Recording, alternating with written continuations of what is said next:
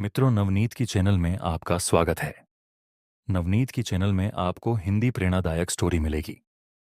नवनीत की चैनल को लाइक करें, शेयर करें और चैनल को सब्सक्राइब करना न भूलें। राजमहल का रहस्य। बहुत समय पहले की बात है। एक विशाल और ऐतिहासिक राज्य था जिसका नाम वसुंधरा था।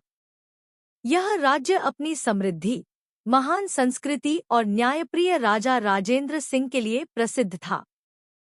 राजा राजेंद्र सिंह एक सक्षम और न्यायप्रिय शासक थे, जिनका राज्य में हर किसी पर ध्यान रहता था। लेकिन एक रहस्य था जो हर किसी के दिल में भय और उत्सुकता का कारण बन चुका था। राजमहल के एक विशेष कक्ष में एक पुरानी किताब रखी हुई थी, जिसे कोई भी राजकर्मी या प्रजा कभी भी छूने की हिम्मत नहीं करता था।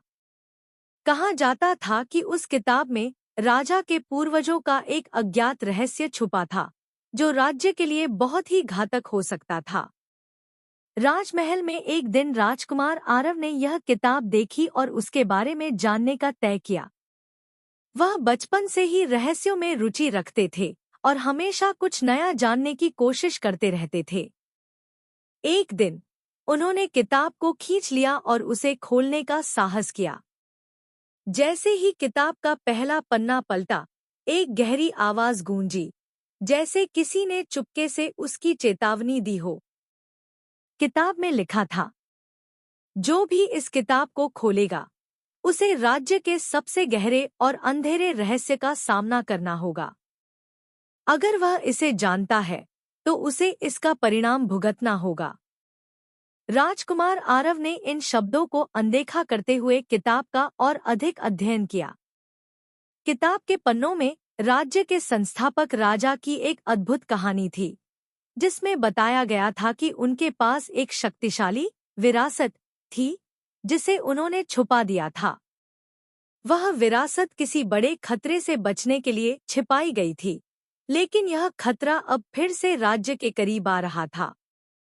राजकुमार आरव को समझ में आ गया कि यह राजमहल और राज्य की सुरक्षा के लिए एक बड़ा खतरा हो सकता है। वह अपनी खोज में और गहरे उतरने का निर्णय लिया। एक रात, जब सभी महल वाले सो रहे थे, वह चुपके से एक पुरानी गुप्त सुरंग में दाखिल हुआ, जिसके बारे में सिर्फ कुछ उच्च अधिकारियों को ही पता था। सुरंग के अंत में एक बड़ी, रहस्यमय दरवाजे का सामना हुआ, जो चुपके से खोलते ही राजा के पूर्वजों के खजाने का रास्ता दिखा रहा था। लेकिन जैसे ही वह दरवाजा खुला, एक ठंडी हवा का झोंका महसूस हुआ, और राजकुमार ने देखा कि खजाने का रास्ता दरअसल एक धोखा था। सुरंग के अंदर एक अंधेरी गुफा थी, जिसमें अनगिनत मुर्दे और कंकाल पड़े थे। राजकुमार आरव ने महसूस किया कि यह सिर्फ खजाना नहीं था, बल्कि वह स्थान एक शापित जगह थी, जो तबाही के संकेत दे रहा था। राजकुमार ने अपने पिता, राजा राजेंद्र सिंह से यह बात साझा की, और राजा ने राजकुमार को बताया कि यह सब सच है। राज्य की समृद्धि और शक्ति इस शापित विरासत से जुड़ी हुई थी। राजा ने बताया कि उनके पूर्वजों ने उस शक्ति को काबू में रखा था, लेकिन जैसे जैसे समय बढ़ा, वह शक्ति धीरे धीरे जागृत हो रही थी। राजा राजेंद्र ने कहा, यह शक्ति बहुत खतरनाक है, और अगर इसे सही तरीके से नियंत्रित नहीं किया गया, तो यह राज्य को विनाश की ओर ले जाएगी। हम इस शक्ति से बचने के लिए हमेशा प्रयासरत रहे हैं, और तुम्हारा यह कदम हमें उस खतरनाक शक्ति के करीब ले आया है। राजकुमार आरव ने समझा कि अब उन्हें इस रहस्य को पूरी तरह से जानकर राज्य को उस शक्ति से बचाना होगा। राजकुमार आरव और राजा राजेंद्र ने मिलकर राज्य के सबसे बुद्धिमान ज्ञानी को बुलाया और इस रहस्य को हल करने के लिए एक योजना बनाई। ज्ञानी ने बताया कि उस शक्ति को हराने के लिए एक विशेष मंत्र की आवश्यकता थी, जो केवल उसी गुफा के भीतर प्राप्त हो सकता था। राजकुमार आरव और राजा राजेंद्र ने वह मंत्र प्राप्त करने के लिए गुफा की ओर यात्रा शुरू की। लेकिन जब वे गुफा में पहुंचे, तो वहां उनका सामना एक अजीब और शक्तिशाली राक्षस से हुआ, जिसे उस शक्ति की रक्षा करने का कार्य सौंपा गया था। राक्षस ने कहा, तुम कभी भी इस शक्ति को नियंत्रित नहीं कर सकते।